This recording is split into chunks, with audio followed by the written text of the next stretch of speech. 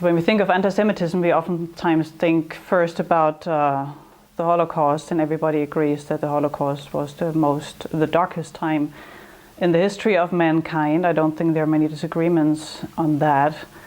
But antisemitism over the centuries has had many shapes and forms, how it's been established in the churches, because we thought we would miss out if Israel got that much love from God, and we didn't realize that every calling is unique.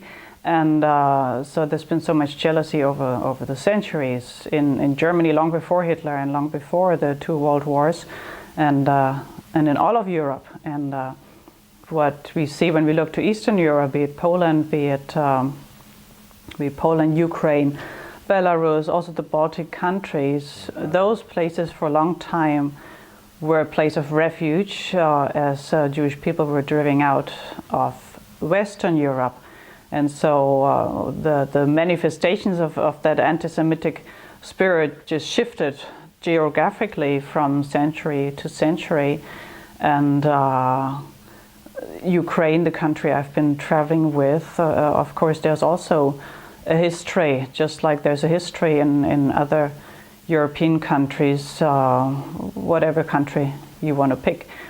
And I think it's key for our nations if we want to, there's a scripture in the Bible where God speaks to Abraham and says, I will bless those who bless you, and vice versa also I will curse those who curse you.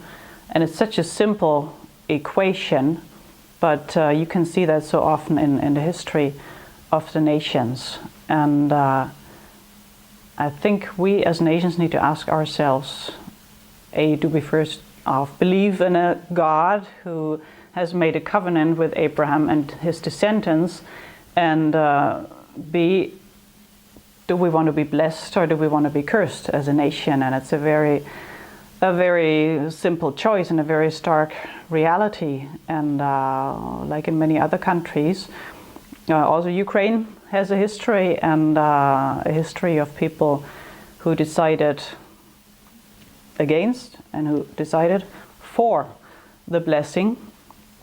And today it's a new reality, a new challenge with the war going on, with the search for national identity, with the search for heroes. And we see that actually in all of Europe. We've been together in that European Union for so long and celebrate the big family, and now we see a movement in many European nations that we're actually withdrawing to the search for our own national identity. And in that context, the question of anti-Semitism becomes very current again, and somehow the Jewish people are in the mix of us looking for our identity again. And it's said in the prophet Isaiah that, and in many places in the Bible, that after the diaspora, after the people of God was cast out of the land of Israel, there would be a time when God would restore the Jewish people back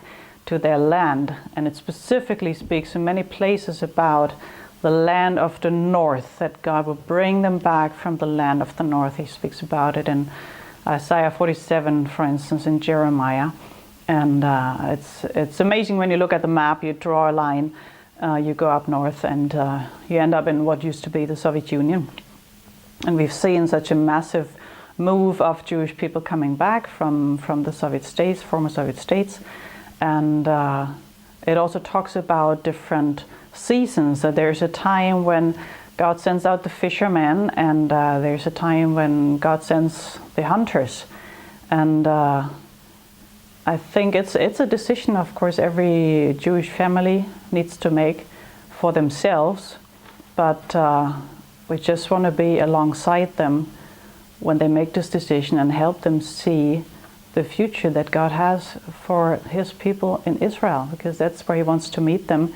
And all the promises of also an inner restoration as a nation are somehow linked to the nation of Israel and to the land of Israel. And so I think there's a time for the nations. There's a time, even in the best sense of the word, where the nations were able to host the Jewish people, and we were able to learn from them. And you have a rich Jewish tradition that developed, especially in Ukraine, the Hasidic movement, or the beautiful songs and music that came out of that, and the teachings. But you also have the antisemitism developing right next to it, and you always have that conflict wherever God does something, the enemy also tries to do something against. And so we see that somehow culminating in our times, and the question rising up, but also the challenge to us Christians: are we going to stand by the Jewish people in their time of need, be it in Ukraine, be it in other countries, and help them get into their promises, and help them to be a blessing and to be blessed themselves? Alpha.